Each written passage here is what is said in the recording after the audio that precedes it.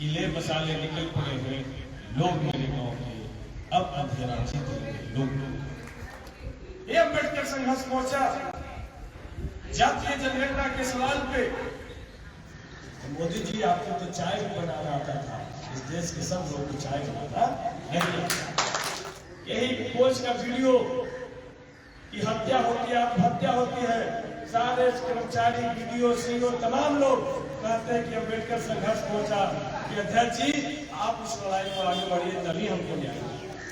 तो प्रशासन के भी लोगों का न्याय दिलाने का काम हम लोगों को किया।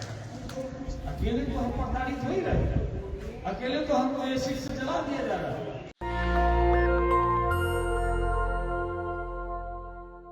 किले मसाले निकल पड़े हैं लोग मेरे गांव के, अब अंधेरा जीत लोग। मिल रहे तो कुछ भी मिलता नहीं है जनाब, अब लड़ाई लड़ रहे हैं लोग। आपने देखा होगा कि जब बाबा साहब भी इस भारत में करोड़ों छूतों का मुक्ति का लड़ाई जब लड़ रहे थे तो उनको भी बैनर बनाना पड़ा, उनको भी संगठन बनाना पड़ा था, उनको भी मूक नायक जैसा अछूत जैसा तमाम तरह का जो उनका मैगजीन पेपर निकालना पड़ा। तो साथियों ये अम्बेडकर संघर्ष मोर्चा सिर्फ मेरे दिमाग की उपज नहीं, ये अम्बेडकर संघर्ष मोर्चा उस सोच की उपज है जो शोषण, जुर्म, अन्याय, ऊंच नीच, छुआछूत, भेदभाव, इन तमाम चीजों के खिलाफ में जो लड़ना चाहता था उन तमाम लोगों ने मिल करके इस बैनर को बनाया। ये अम्बेडकर संघर्ष मोर्चा जब हम संघर्ष करते थे, संघर्ष के दिनों में एक गांधी मंडप हम लोगों ने भरने का काम। इस अम्बेडकर संघर्ष मोर्चा ने ऐसे दर्जनों लड़ाई है जो बड़ी बड़ी लड़ाई लड़ने का काम किया। इस लड़ाई को आप याद कर सकते हैं कि टेकारी में अर्जुन मांझी की हत्या के बाद जो पूरा का लड़ाई है, जो अपने आप में पूरा गांव को पलायन करके उन गरीबों बच्चों को हक अधिकार दिलाने की लड़ाई है, वो अम्बेडकर संघर्ष मोर्चा में। और मोहनपुर थाना के मराठी गांव के रहने वाली सरस्वती देवी को थाना में निरस्त करके पीटा गया था, उसकी न्याय की लड़ाई अम्बेडकर संघर्ष मोर्चा में लड़ने का काम किया और पूरा थाना को सस्पेंड करा दिया। ये अम्बेडकर संघर्ष मोर्चा जातीय जनगणना के सवाल पे गया से पटना तक 500 साइकिल, जिसमें छोटे भाई तमाम सुमन तमाम लोग यहाँ पर उपस्थित हैं, 500 साइकिल से गया से पटना तक हम लोग मार्च किए और लालू प्रसाद यादव जी के हाथ में जाकर के मजबूत करने का काम किए कि लालू यादव जी आप जातीय जनगणना के सवाल पे आगे बढ़िए, अम्बेडकर संघर्ष मोर्चा। तो दोस्तों हम संघर्ष कर रहे थे, लेकिन एक बार भीम जी, छोटू जी, सुमन भाई, डॉक्टर साहब, रामबालक सर, रमेश भाई, आप सबसे कहना चाहते हैं कि हम जब संघर्ष कर रहे थे, लड़ रहे थे, वो विधायक मेरे साथ थे, लेकिन आप जब लड़ाई लड़ रहे हैं, आप जब संघर्ष कर रहे हैं, तो आपने एक विधायक बनाया जो आपके साथ 24 घंटा, ऊपर में कोई नहीं था, दर्जनों जब केस हो रहे थे तो बेल कराने वाला कोई नहीं था। 2 अप्रैल की बड़ी लड़ाई हम लोगों ने लड़ा, छोटू जी गवाह है, हमने कहा था ये लड़ाई बहुत तेज किया, दिशा को चेंज करना, और इसमें दर्जनों लोग मारे भी जा सकते हैं और जेल भी जाएंगे, लेकिन हम आपको यकीन दिलाना चाहते हैं कि सबसे पहला लाठी हम पे पड़ेगा, सबसे पहला जेल जाने वाले हम होंगे, उसके बाद आप हो जाइएगा। और इसी वजह से हमने जब हमारे बच्चों पे जब लाठी चला, हमारे मित्रों पे लाठी चला, हम 1 मिनट देर नहीं किए, उस जगह पे पहुंचे, उसके बाद हम पे भी लाठी चला, हम सबसे पहले जीते। तो साथियों, आप जब लड़िए, आप जब संघर्ष कीजिएगा, मुद्दा आधारित कोई भी आंदोलन को चलाइएगा तो आपके साथ। और आप ये जो पिछले 7 साल से जो देश में एक सरकार आई है, वो सबसे ज्यादा बहुजनों को कैसे गुलाम बनाया जा सकता, सिर्फ दलितों का सवाल नहीं है, मेरा भी सवाल नहीं है, तेरा भी सवाल, लाखों लाख करोड़ों भूखे रंगों का सवाल। मेरे घर में सेंध लगी तो तेरे घर में डाका, ये स्थिति सबके घर में, इसलिए सबका सवाल है और सबके सवाल को हम लोग कैसे देखें। आज स्वच्छाकर्मी लोग यहाँ पर है, इनसे 2017 से लेकर के 2022 तक के इनसे काम लिया गया, स्वच्छाग्रही के रूप में इनको एक टैग दिया गया। और ये जब सभी ग्राम पंचायत को निर्मल ग्राम पंचायत पूरे भारत को प्रधानमंत्री मन के बाद में निर्मल ग्राम देश का घोषणा करते हैं, इनको पूरा के जैसा उठा के फेंक देना, इनका रोजगार का सवाल है। कॉन्ट्रैक्ट पे जो काम कर रहे, ठेके पे जो काम हो रहा है, जब ठेका उनका काम खत्म हो जाएगा तो आप उठा के फिर से फेंक देंगे। तो मोदी जी, आपको तो चाय भी बनाना आता था, इस देश के सब लोग को चाय बनाना नहीं आता,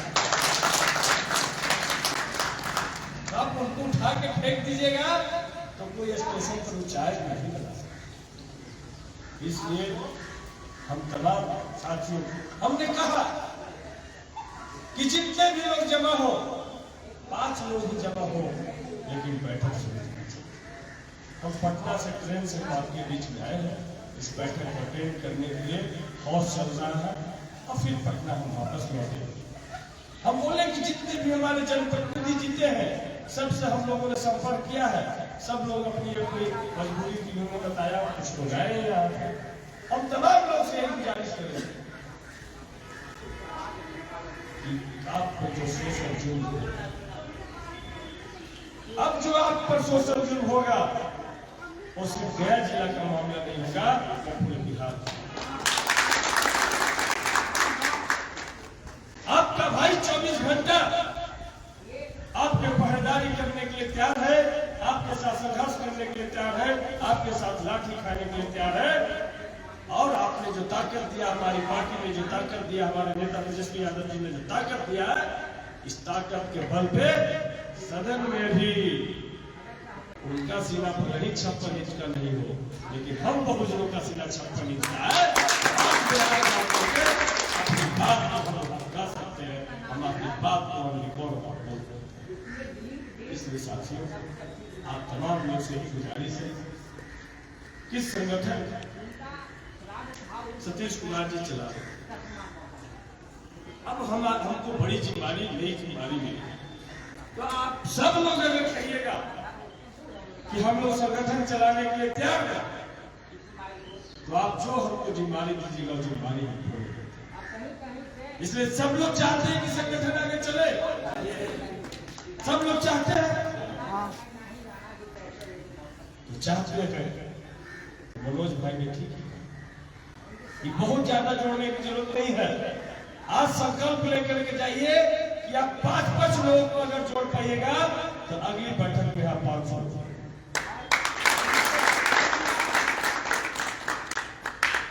अम्बेडकर संघर्ष मोर्चा को पर्चे का मुहताज नहीं, इसको तमाम प्रशासन के भी जुर्म होता है। हमको छोटू भाई गवाह है, यही कोच का वीडियो की हत्या होती है, आत्महत्या होती है, सारे कर्मचारी, वीडियो, सीओ तमाम लोग कहते हैं कि अम्बेडकर संघर्ष मोर्चा के अध्यक्ष जी आप इस लड़ाई को आगे बढ़िए, तभी हमको न्याय मिलेगा। तो प्रशासन के भी लोगों का न्याय दिलाने का काम हम लोगों ने किया, हम लोगों ने शुरू किया। गया जिला में अम्बेडकर जयंती नहीं मनाई जाती थी, लेकिन 2006 याद कीजिए, पहला जब प्रभात फेरी लेकर के निकले, गोली भी चला, लाठी लेकिन उसके बाद एक साल भी हमारा चाहे महापरिनिर्वाण दिवस हो या 14 अप्रैल हो, ये बड़ी 10 किलोमीटर रेडियस में घूम करके हम लोग जो अम्बेडकर पार्क होते हैं कभी नहीं होता, सिर्फ लॉकडाउन में। लेकिन लॉकडाउन में भी हम 5 मिनट जाकर के बाबा साहब के स्टैच्यू में फूल चढ़ाए। इसलिए साथी हम तमाम लोग से यही गुजारिश करेंगे, आर्जुन करेंगे कि संगठन, अब संगठन क्या है? संगठन से अगर जुड़े हैं तो संगठन वो ताकत है साथी। ये कहावत है, ये आप अकेले नहीं, आपके साथ में लाखों। आप पे कोई हमला होता है तो आप पे हमला नहीं होता है, तो लाखों लोग पे हमला होता है जो संगठन से जुड़े लोग रहते हैं। और नहीं तो अकेले तो हम प्रताड़ित हो ही रहे, अकेले तो हमको ये सीट से जला दिया जा रहा है, अकेले हमको तो इस में गला घोट करके मार दिया जा रहा है, हमारी माँ बहनों का रोज इज्जत लूट लिया जा रहा है, कहीं सुनवाई नहीं हो सकती। इस सरकार के मंत्री और विधायक को सुनते होंगे कि हुजूर खाना फोन नहीं उठाता। आप इस सरकार के मंत्री से सुनते होंगे कि हुजूर हमारा सेक्रेटरी भी हमारा बात नहीं मानता। इस सरकार के बिहार विधानसभा के हमारे जो अध्यक्ष महोदय हैं, उनकी भी बात थाना प्रभारी और डीएसपी नहीं मानता है। जब सारे सत्ता पक्ष विपक्ष के लोग मिल करके वो हंगामा करते हैं, डीएसपी का तो ये अराजक स्थिति, ये लालफीताशाही यहाँ तक पहुंच गया। इसलिए हम आप तमाम लोग संगठित जब तक नहीं होंगे, सब लोग माने, सब पर हमला हो रहा है, किसी का घर नहीं बचना है। आज उस पर हमला हो रहा है, आप टुकुर टुकुर देखिएगा, तो कल आप पर भी हमला होगा और फिर सब लोग आप पर हमला हो रहा होगा तो सब लोग। इसलिए साथियों, संगठन को विस्तार रूप देते हुए और एक और यहाँ से हम लोग निर्णय लेना है, तय करना है कि तमाम यहाँ पर जो प्रतिनिधि लोग आए हैं और जो हमारे रिलेशन में, जो हमारे संपर्क में जो प्रतिनिधि है, उन तमाम लोग से ही एक सख्त गुजारिश है कि सब लोग तेजस्वी प्रसाद यादव जी ही बिहार के विकल्प है, बिहार के भविष्य है। यदि ये नहीं बचेंगे तो नीतीश कुमार जी तो आरएसएस संगम गच्छामी हो गए।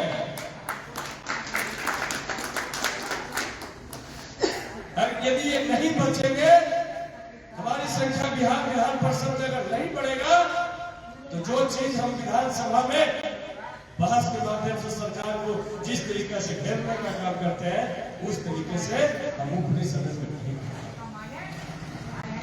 आज हमारे से पूछना चाहते हैं कि आज जनप्रतिनिधियों की हत्या हो रही है, सरकार को संज्ञान ले। आज मुखिया जी का जो सचिव है, पंचायत सचिव, उसका वेतन है 60,000, 50,000। मुखिया जी का वेतन 25, बेचारा जिला परिषद तो मिनी विधायक कहा जाता है, 7 पंचायत 8 पंचायत का अकेला प्रतिनिधि, उसका वेतन कितना है? 25। मोटरसाइकिलों से होता बढ़ना चाहेगा तो नहीं बढ़ता।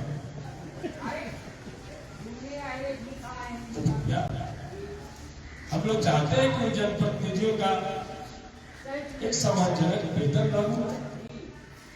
मुखिया जी जब मुखिया न रहेंगे, कम से कम 5,000 का वेतन उनको लागू हो कि वो भी सम्मान से अपना जीवन जी सके, ईमानदारी से मुखिया चला सके। क्या मुखिया न भी रहेंगे तभी हमारा घर परिवार सुरक्षित रहेगा। तो इस तरीके का जब तक व्यवस्था नहीं तब तक कुछ नहीं। ये जो सरकार है, हमने तो बिहार विधानसभा में बजट में आप लोगों ने, सभी लोगों ने सुना होगा कि किस तरीके से हम दलित और पिछड़ों के पैसा को डाइवर्ट कर करके और रोड बनाने का काम कर रही है, जिसमें फॉर्च्यूनर चले। लेकिन हमारा घर कैसे चलेगा, इसकी चिंता सरकार को। बड़े बड़े बिल्डिंग बनेगा, लेकिन नहीं है। दूसरे राज्यों में 66 लाख तक के दलित पिछड़े के बच्चे हॉस्टल में पढ़ते हैं, सरकार के हॉस्टल में। अब बिहार के बाद 60,000 बच्चे हॉस्टल में पहुंचे। बिहार के सड़क की बात नहीं है। तीसरा आबादी अनुसूचित जाति का बिहार, दरोगा जी तीसरे में है, तीसरे नंबर पर बिहार की आबादी अनुसूचित। अगर अनुमानता देखा जाए तो 20% से ज्यादा अनुसूचित जाति की आबादी बिहार में है और भारत का 10% आबादी अनुसूचित जाति। लेकिन इनके हिस्से के बराबर में कोई विकास नहीं है, तो हम अकेले कितना लड़ेंगे? यदि ये सभी पंचायतों से, सभी गांवों से यदि एक साइकिल भी इस मांग को लेकर के कि हमारा फंड जो है हमारी आबादी के अनुसार तय करो, इस मांग को लेकर के यदि पटना की तरफ कुछ कर जाएगा तो पटना जाम हो जाएगा। ये हम संगठन के माध्यम से हम सरकार को सड़क पर घेरे होंगे तो आपका भाई है, आपका दोस्त है, आप ही के बीच से गए हैं तो सदन में हम सरकार को नहीं देंगे। ये ताकत बनाना है। इसीलिए आप लोग से गुजारिश है कि एमएलसी के चुनाव में महागठबंधन के जो हमारे प्रत्याशी हैं कुमार नागेंद्र रिंकू यादव जी, उनको 1 नंबर पर है, उनको प्रथम वरीयता का वोट दे करके भारी मतों से विजय बनाइए। ये स्थानीय जनप्रतिनिधियों का सवाल कुछ सदन में आप लोग का सवाल उठा सके, आपकी सुरक्षा का सवाल उठा सके, आपके पेंशन का सवाल उठा सके, आपके जो मिनिमम वेजेस है, मिनिमम जो तनख्वाह जो 2500 है उसको सम्मानजनक तनख्वाह तक पहुंचाया जा सके। इन तमाम सवालों को करना है तो उनके पक्ष में सब लोगों को काम करना होगा। और इसी वजह से हम तमाम दलित पिछड़ा के लोग यहाँ पर इकट्ठा हुए हैं। अम्बेडकर संघर्ष मोर्चा के गठन के बाद हम उनको एक आह्वान करने आए हैं कि संगठन को गाँव तक कैसे ले जाना है, हम सब लोग को मिलकर तय करेंगे। और सूरज जी, छोटू जी और भीम जी, ये तमाम लोग, चंदन जी, अनिल जी, तमाम लोग जिम्मेदारी है, नौजवानों की जिम्मेदारी है कि इस संगठन को एक धारदार रूप दे। धारदार रूप देना होगा, नहीं दीजिएगा कोई उपाय नहीं। सारा शिक्षा आपका खत्म, नई शिक्षा नीति लागू हो जाएगा, कोई नहीं पढ़ेगा। ये नौकरी के सवाल पे किसी को नौकरी के नहीं मिले जाएगा। सरकार की कोई पॉलिसी नौकरी देने का नहीं है। इक्का दुक्का वैकेंसी भी आएगा। आज एग्जाम हो रहा है ना फायर ब्रिगेड का, लाख 6-6 लाख रुपया में सीट बिक जाती है। सेंटर पर ही उनको आंसर बना करके पहुंच जाना है। तो कैसे गरीब गुरबा का बच्चा को नौकरी होगा? ये हालात हो गया है। इस अराजक स्थिति से निकलने के लिए हमको संगठित होकर के जो बाबा साहब का सपना था, बाबा साहब ने सपना देखा था कि शिक्षित बनो, हम तो शिक्षित हुए पूरा नहीं, कुछ शिक्षित हुए हैं, संगठित भी होना सीखे, लेकिन संघर्ष करना अभी तक नहीं सीखे। हमने संघर्ष किया पिछले 15, 16, 17 साल लगातार, आपने देखा है मुझे, हम संघर्ष किए। तो हमारे पार्टी को भी लगा कि संघर्ष करने वाला लोग अगर हम सदन तक नहीं भेजेंगे तो इसका समाज कहेगा कि पार्टी में संघर्ष करने वाले नहीं। तो संघर्ष किया, आज गए, ईमानदारी से नेता के साथ काम कर रहे हैं, दल के लिए काम कर रहे हैं, समाज के लिए काम कर रहे हैं। कहीं पे कोई दल का बंदिश नहीं। नेशनल दस्तक की आपसे गुजारिश है कि अगर इसको बचाना चाहते हैं तो नेशनल दस्तक को सब्सक्राइब करने के लिए रेड कलर के सब्सक्राइब बटन को दबाएं, फिर बेल आइकन की घंटी दबाएं। नेशनल दस्तक को बचाने के लिए बहुत जरूरी है कि हर खबर को शेयर करें, लाइक करें, कमेंट जरूर करें।